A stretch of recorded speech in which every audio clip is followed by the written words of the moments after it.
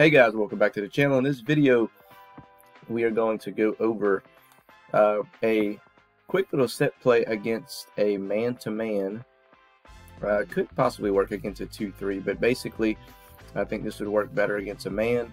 And it's extremely simple, extremely simple. It works really well for some post isolation against a team that you want to try to get a mismatch against.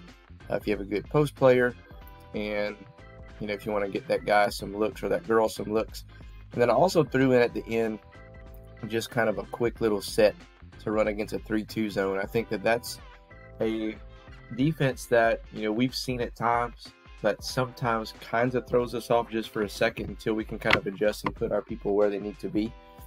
Typically, a zone, you'll see a 2-3, 1-3-1, things of that nature.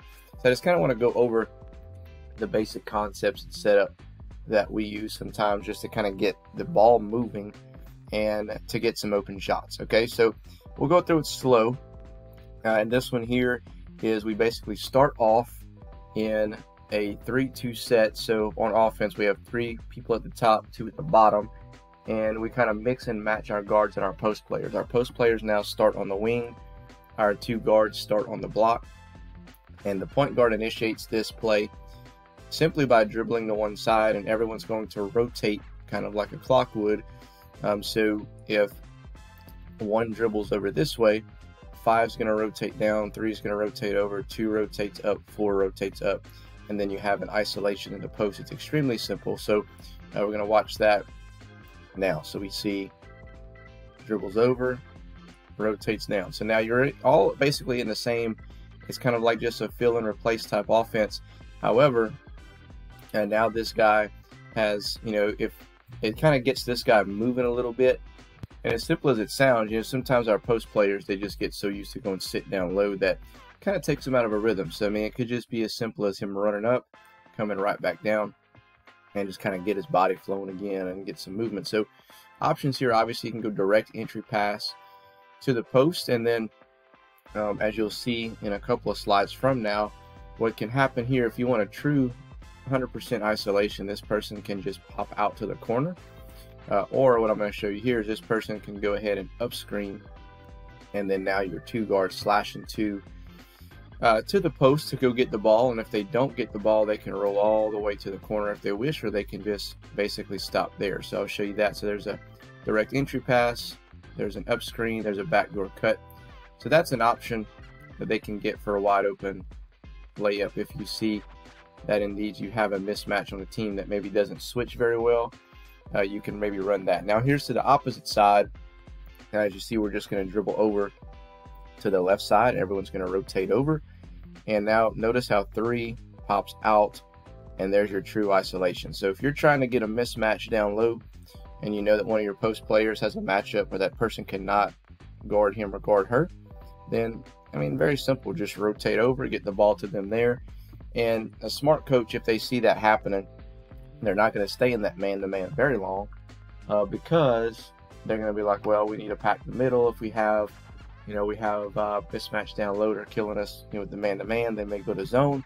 But this may be, if you have your good defensive team and you get the ball back and you go and you run this, if you can run this well, you might get, 2 to 3, 4 looks off of this before a coach tries to adjust off of it.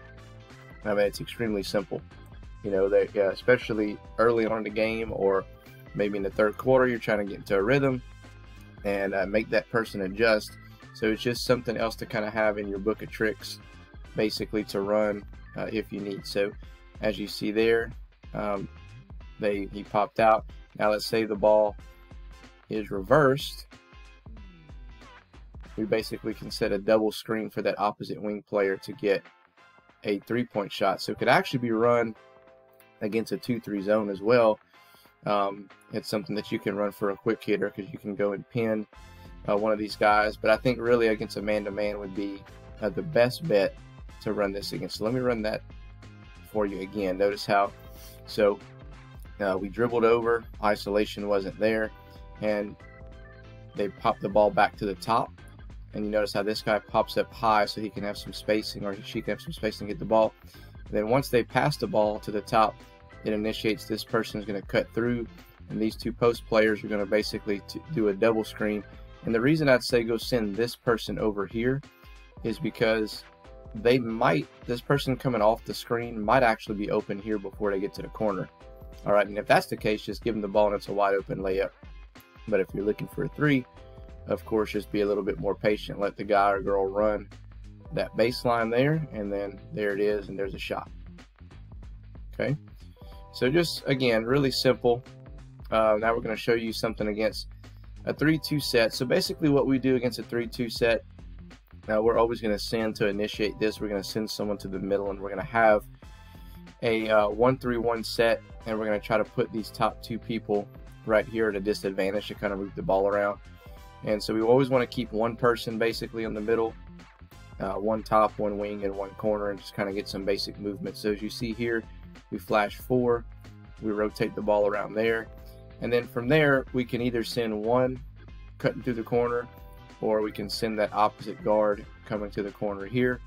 And that really puts some strain and some disadvantage to the defense, because if no one guards the corner and they're really committing to the post and you have a good shooter, that's a wide open shot.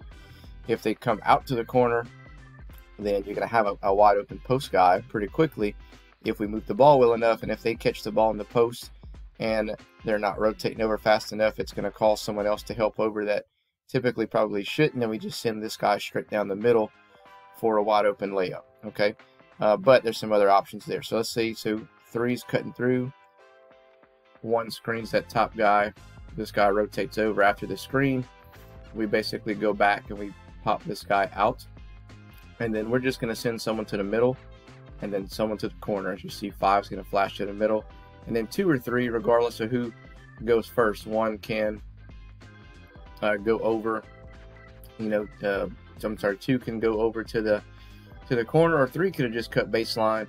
And then from there, we want to make sure we put somebody on the block there to kind of keep them honest.